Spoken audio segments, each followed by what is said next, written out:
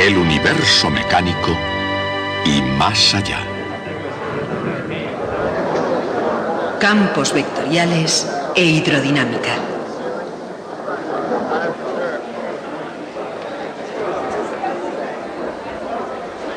Cuando Isaac Newton formuló la ley de la gravedad, postuló la existencia de fuerzas que actúan a distancia.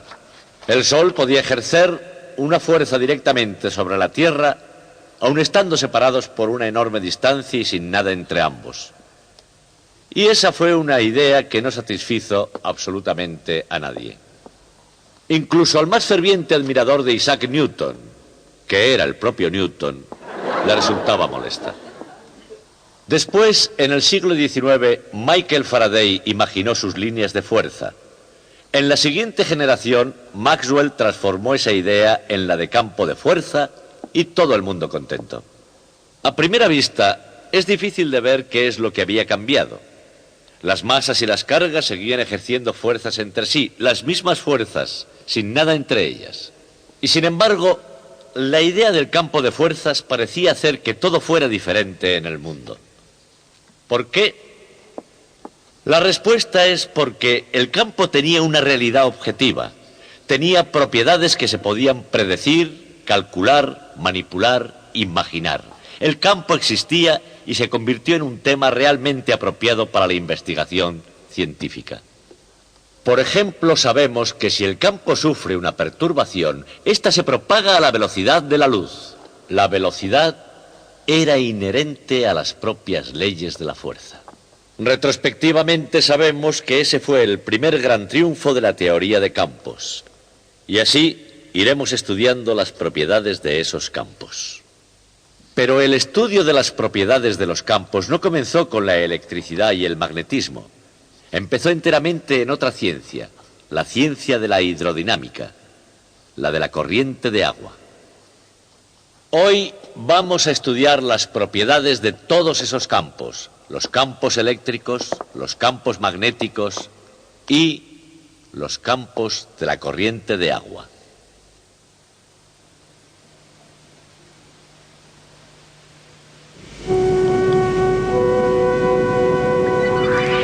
Campos eléctricos, campos magnéticos y campos de la corriente de agua.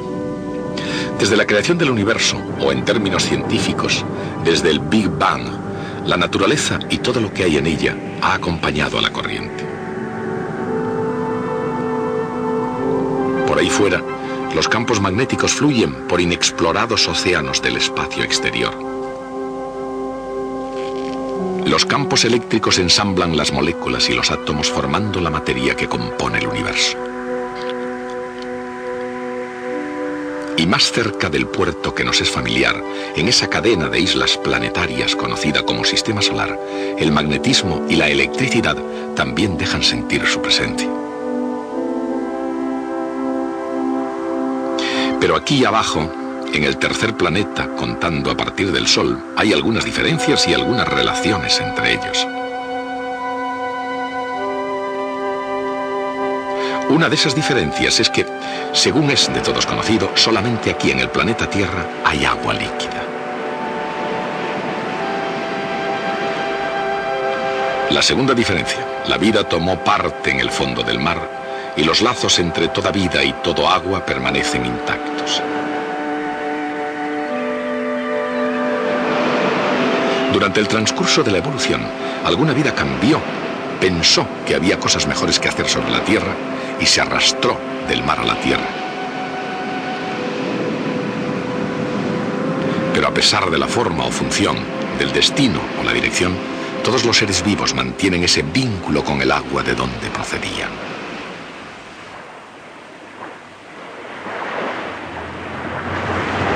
Quizá por eso, cuando una forma de vida llamada Homo sapiens llegó a la contemplación de los misterios de la electricidad y el magnetismo, se volvió hacia el campo de la corriente de agua en busca de inspiración.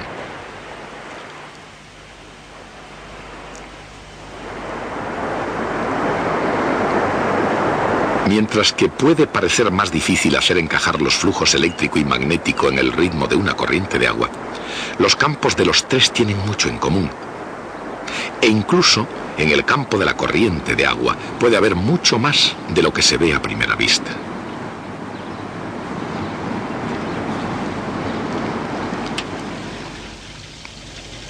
La aparente calma de este recipiente de agua, por ejemplo, pronto se verá afectada por un creciente remolino.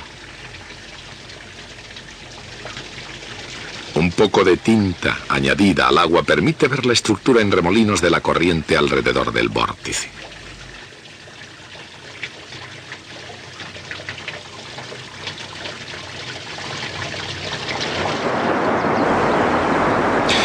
No es que incluso sin la tinta sea imposible obtener una prueba de que el agua está en movimiento. Pero son los efectos más que la propia corriente lo que uno ve de hecho.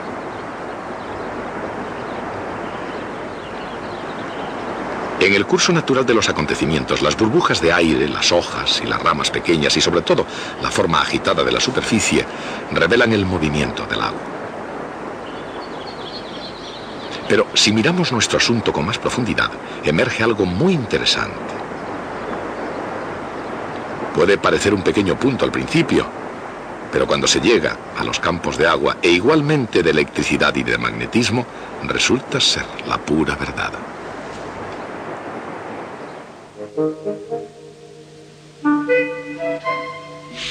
En el interior de cualquier masa de agua hay una determinada velocidad en cada punto del espacio y en cada instante de tiempo.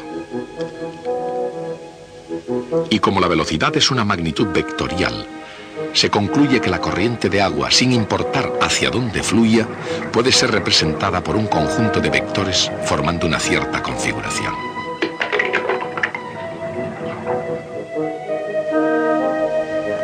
Exactamente de la misma forma, las fuerzas eléctricas sobre una carga de prueba se pueden representar mediante otra configuración de vectores en el espacio. Y también el conjunto de las direcciones que toma una aguja imantada en cada punto del espacio.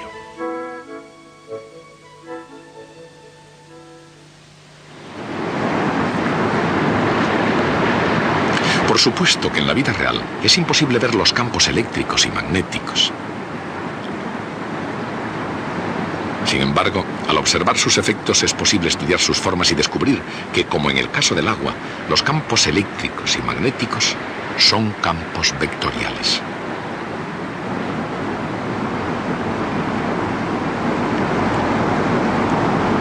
Lo cual quiere decir que los tres son configuraciones de vectores en el espacio y que los tres se pueden describir con el bello flujo de las matemáticas.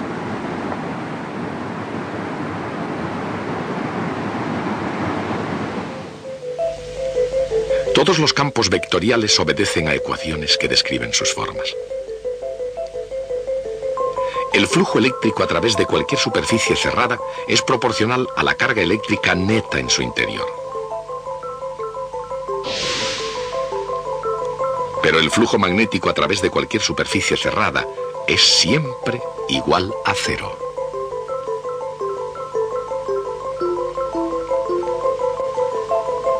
La integral de línea del campo eléctrico a lo largo de cualquier trayectoria cerrada es igual a cero. Pero la integral de línea del campo magnético a lo largo de cualquier trayectoria cerrada es proporcional a la corriente eléctrica que pasa por dicha trayectoria. Estas ecuaciones son la moderna expresión de las enigmáticas fuerzas de la electricidad y del magnetismo. Pero, ¿qué se puede decir sobre el campo creado por una corriente de agua?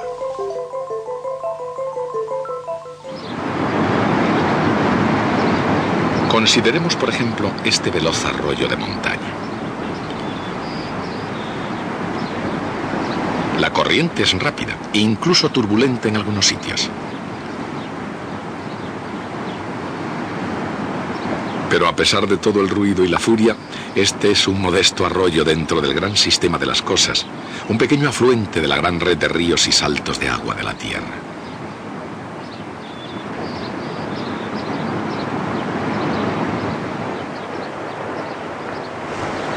Su caudal palidecería si lo comparásemos con uno de los grandes ríos, como el Mississippi o el Amazonas, que pueden descargar más de 180.000 metros cúbicos por segundo.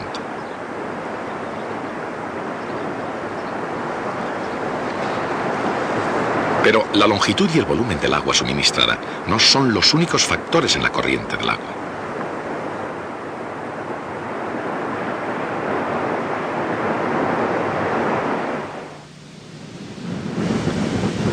Incluso, aunque estas tuberías del río Colorado, por ejemplo, puedan llevar menos agua que el Amazonas, pueden transportar el agua mucho más deprisa.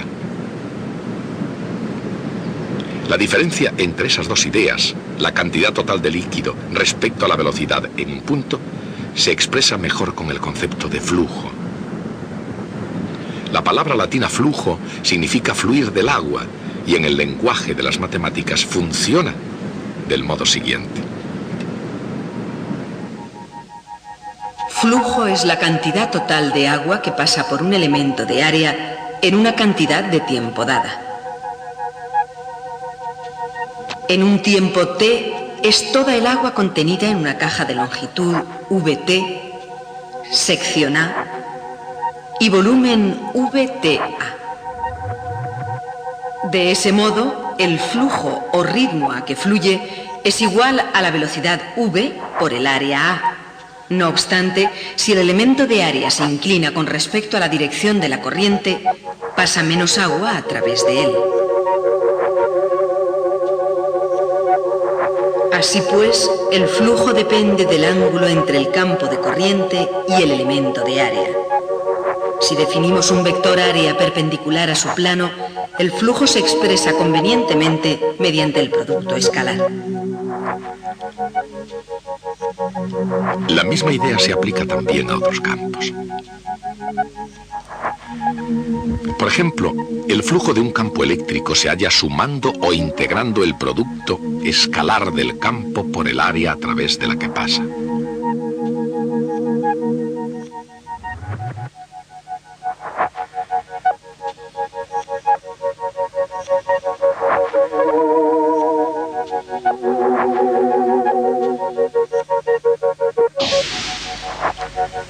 Y del mismo modo se expresa también el flujo magnético. La idea es hallar el número total de líneas de fuerza a través de la superficie. De modo que, tanto si contamos el total de líneas de fuerza como la cantidad total de agua que fluye, la expresión matemática del flujo es la misma para todos los campos vectoriales.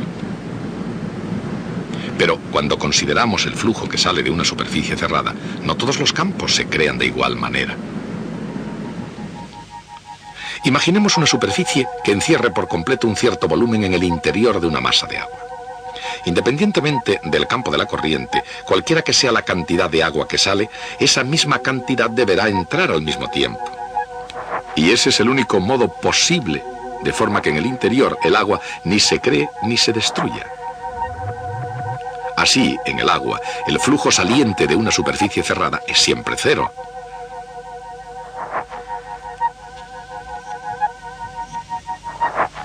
Y lo mismo sucede en el campo del magnetismo.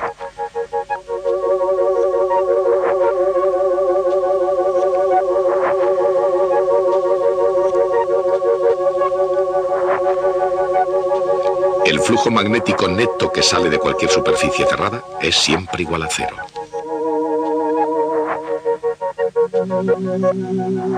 Pero el flujo eléctrico es diferente del flujo del agua y del flujo del magnetismo. Puede haber un flujo eléctrico neto que sale de una superficie cerrada. Y según la ley de Gauss, es proporcional a la carga eléctrica neta en el interior.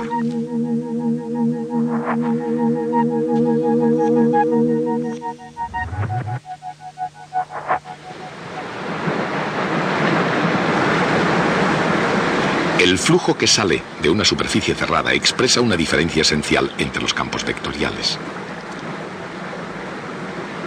El flujo del campo magnético y el del agua que sale de un volumen cerrado es siempre cero, porque ninguno de los dos puede irradiar hacia el exterior desde un punto en el espacio. Por otra parte, es eso precisamente lo que hace el flujo eléctrico: irradiar hacia afuera desde un punto en el espacio. Lo cual significa que en lugar de ser como el agua y el magnetismo, el flujo eléctrico es como el flujo de la luz del sol. El flujo total de la luz a través de una superficie cerrada es proporcional a la intensidad de la fuente luminosa en el interior. Y eso es así, tanto si la fuente de luz es una estrella en el cielo, como si es una bombilla de linterna, e igualmente cierto, independientemente del tamaño de la superficie. De modo que el Sol crea un flujo de luz de forma muy parecida a como una carga eléctrica crea un flujo en el campo eléctrico. Pero, ¿y qué pasa con la corriente de agua y con el flujo magnético? Si esos campos no están engendrados por fuentes que puedan crear flujo hacia afuera de una superficie cerrada, ¿cómo puede crearse corriente alguna? Una respuesta es que el agua se puede poner en movimiento agitándola. Veamos, por ejemplo, una masa de fluido en movimiento circular.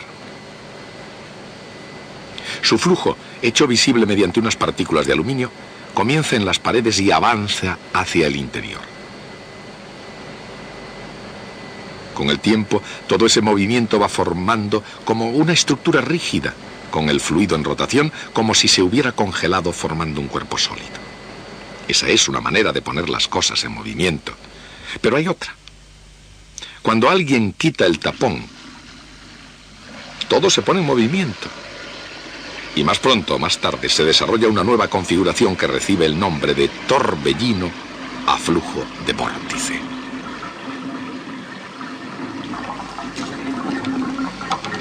Es una clase de movimiento muy estable y una vez comenzado casi imposible de parar. Este mismo principio opera en el suave torbellino de una bañera familiar y en la destrucción causada por un enorme huracán.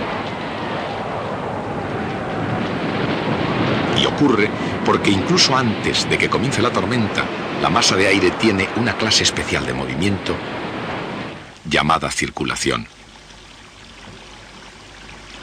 Y en el caso de una bañera, o en el de un huracán, de un incendio en el bosque, o de un tornado en un valle, la circulación lleva a un vórtice. Cuando primeramente se quita el tapón, el agua más próxima al centro de la bañera, donde el movimiento interno es menor, fluye directamente hacia abajo, siendo reemplazada por agua situada más lejos. Pero ese agua circulando más rápidamente al moverse hacia adentro conserva el momento cinético.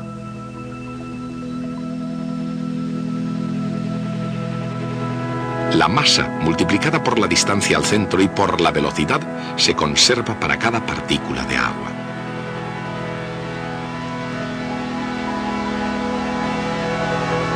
Así que, a medida que se acerca al eje central del recipiente, cada partícula de agua gira cada vez más rápidamente, hasta que el agua irrumpe por el agujero en el centro del vórtice.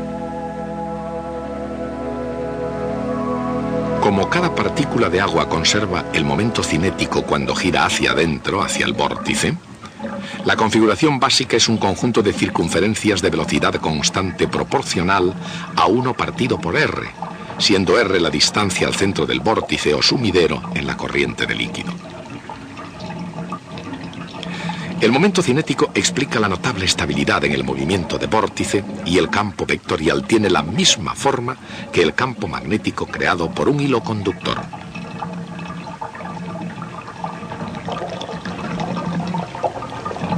En el vórtice, por supuesto, los vectores representan la velocidad del fluido, mientras que en el magnetismo los vectores representan la intensidad del campo y no la velocidad de alguna cosa. Pero la forma y las matemáticas son las mismas, y juntas ilustran las fuerzas que Ørsted había encontrado dando vueltas alrededor de un hilo conductor.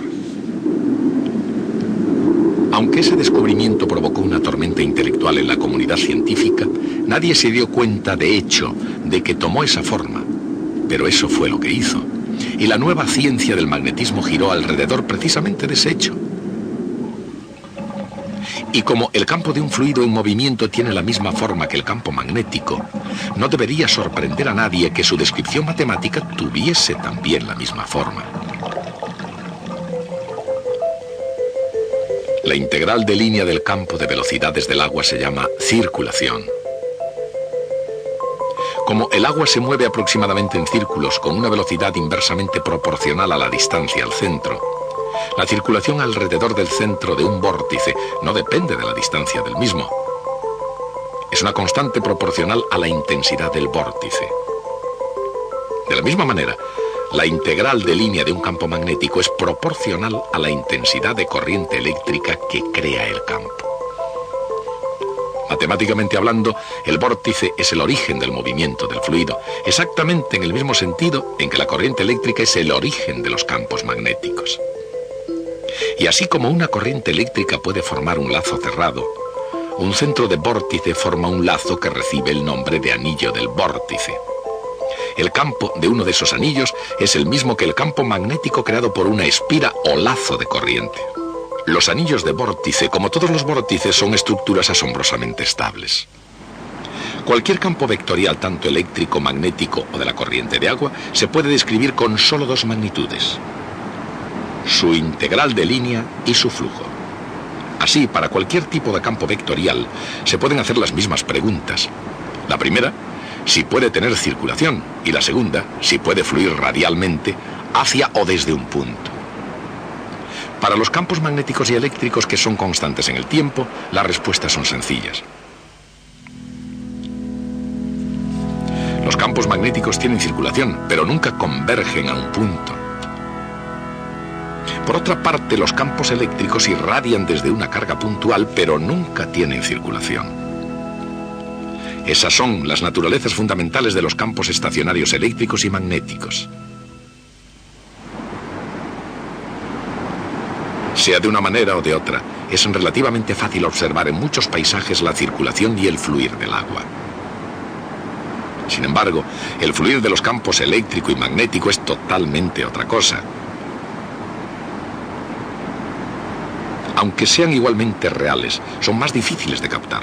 No obstante, en términos físicos, los campos eléctrico y magnético existen en el espacio lejos de las cargas o corrientes que los crean.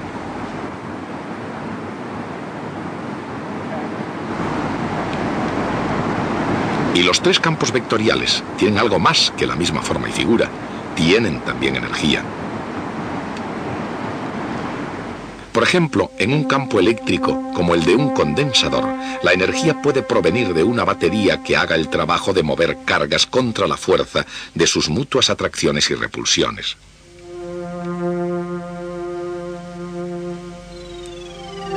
En un campo magnético como el de un solenoide, la energía también puede ser producida por una batería que hace que la corriente cree el campo magnético.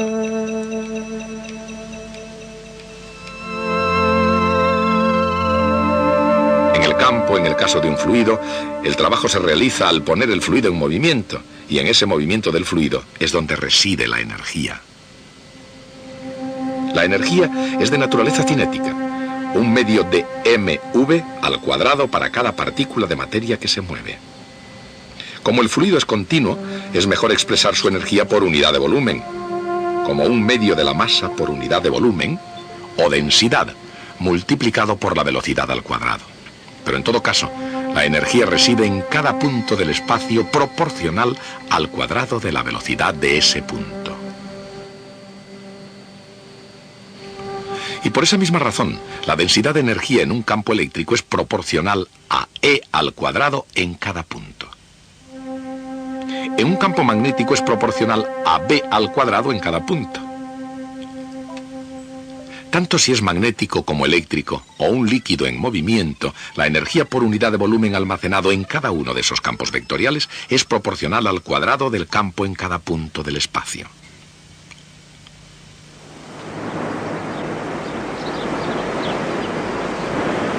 Así que, tanto si se trata de flujo, energía o circulación, algunos principios importantes del mundo físico se pueden ver en funcionamiento en uno de sus más primitivos entornos, en un río que fluye libremente.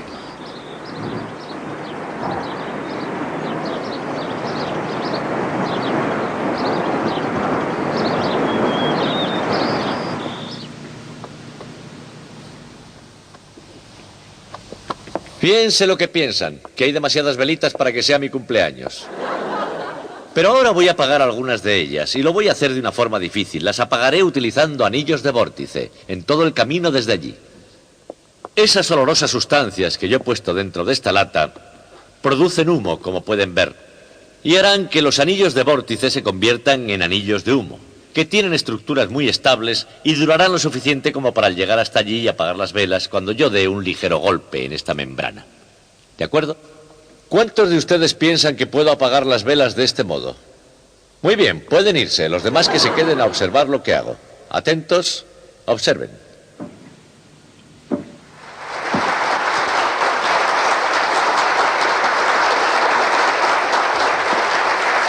Cuando se hizo esta demostración por primera vez, en el siglo XIX, causó tal impresión que durante medio siglo algunas de las más claras cabezas de Europa pensaron que los átomos eran anillos de vórtice en el éter. Pero ya llegaremos a esa historia más adelante. Ahora lo mejor que pueden hacer es irse a tomar un poco de aire fresco.